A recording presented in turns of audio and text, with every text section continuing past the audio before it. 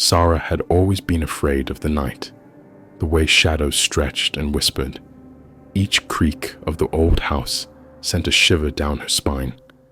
But tonight felt different. The darkness was thicker, suffocating, as if it had weight. Her pulse quickened. She had returned to her family's old house for the first time in over a decade. It had been abandoned after her grandmother passed, left to the elements, swallowed by time. Once, it was filled with laughter and warmth. Now, it stood still, its silence an echo of all it had lost.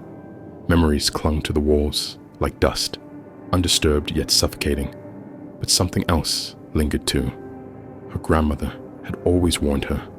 The house remembers, Sara, and it doesn't like to be forgotten. At dusk, the house came alive. The whispers started, soft at first, curling through the halls like the wind. Familiar voices, her mother's lullaby, her father's deep chuckle, her own childhood giggles woven between them. She wanted to believe it was just the house playing tricks on her. But then the voices shifted, twisted. "Sara, darling, come play." Her blood ran cold. She turned on the flashlight on her phone, the beam cutting through the dim room. Dust swirled in the air like tiny ghosts. Something moved in the corner of her eye. She snapped her head toward the motion. A figure stood at the far end of the hallway. Small, frail, a child. Sara's breath hitched. The girl's tangled hair framed her pale face. Her nightgown looked worn, yellowed with age, hanging loosely from her tiny frame. But it was her eyes, wide and glassy, reflecting nothing, that made Sara's stomach twist. The girl tilted her head. "Can you come and play?" Sara swallowed hard. "Who are you?" "Just a friend." The words were light, innocent, but something about them felt wrong. The air in the house thickened, pressing against Sara's skin. The shadows seemed deeper now, moving when she wasn't looking.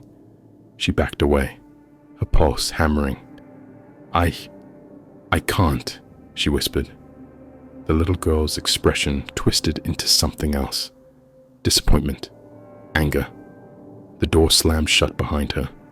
Sara screamed. She spun around, fumbling for the handle, but it wouldn't budge. Her phone screen flickered, then died. The darkness swallowed her whole. The whispers grew, angry, desperate. "You shouldn't have come back, Sara." The room shifted, stretching, breathing. Shadows slithered across the floor like living things. The little girl was closer now, much closer. Sara felt the weight of unseen eyes pressing against her. Shapes took form in the darkness, faces contorted in anguish, eyes hollow, mouths stretched into silent screams. She had to get out. A rush of wind slammed into her, knocking her backward. The floor felt different beneath her hands, slick, wet. The scent of decay filled her nostrils. She looked down. Blood. The wooden floor was gone, replaced by something else. A vast, endless black abyss. And in that abyss, hands reached for her. Cold fingers brushed against her skin, clawing, pulling. Terror gripped her. "No!" she choked out, thrashing against the invisible force. Then, a voice, clear, piercing, rose above the whispers. "Take us home," Sara gasped, her body trembling. "Close our eyes," the voices pleaded. Her grandmother's words echoed in her mind. The house doesn't like to be forgotten. She understood now. These spirits, these voices, they were trapped. Shadows of those who had been lost here, swallowed by the house, and they wanted release. Her breath came in sharp, shallow gulps. I don't know how." The little girl stepped closer, her gaze empty but expectant. "Let go." Sara's thoughts spun wildly. Let go of what? The hands grasped her tighter, pulling her down. Her vision blurred. And then, suddenly, clarity. Memories flooded her mind. The laughter, the warmth, the lives that had once filled this house. People who had lived, who had loved. They weren't just spirits. They were echoes, forgotten pieces of the past, desperately reaching for recognition. Sara squeezed her eyes shut. "I remember you," the whispers faltered. "I remember the songs you used to sing, the way you played in the yard, the cherry blossoms in the spring." Tears burned in her eyes. "You were real. You mattered." The hands loosened. The darkness wavered. One by one, the figures began to fade, their pain dissolving into the air.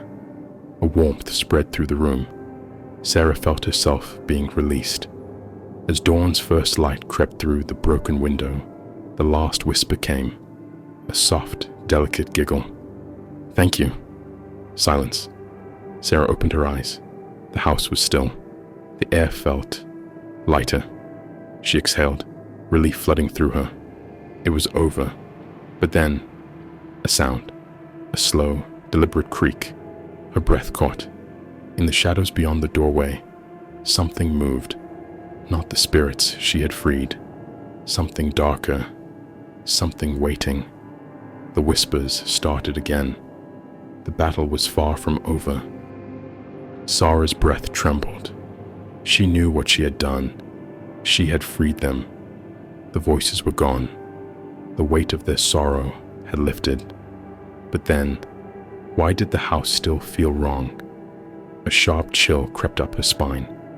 She stepped forward, but the floorboards didn't creak this time. The silence was unnatural. And then, a whisper, but not like before. This one was deeper, guttural, crawling beneath her skin. Sara's pulse pounded in her ears. Slowly, hesitantly, she turned toward the corner of the room, where shadows clung like ink. Something stood there. Not the spirits she had freed. Not human. Two hollow eyes stared back, gleaming like embers in the dark. Sara staggered backward, her breath catching in her throat. The whisper grew louder. Words she couldn't understand. A language not meant for her.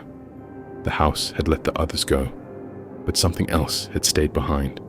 Something that had always been here. Watching. Waiting. Sara turned and ran. As she reached the front door, a single thought pierced through her terror. The house had never wanted to be forgotten, but it had never wanted to let her leave either.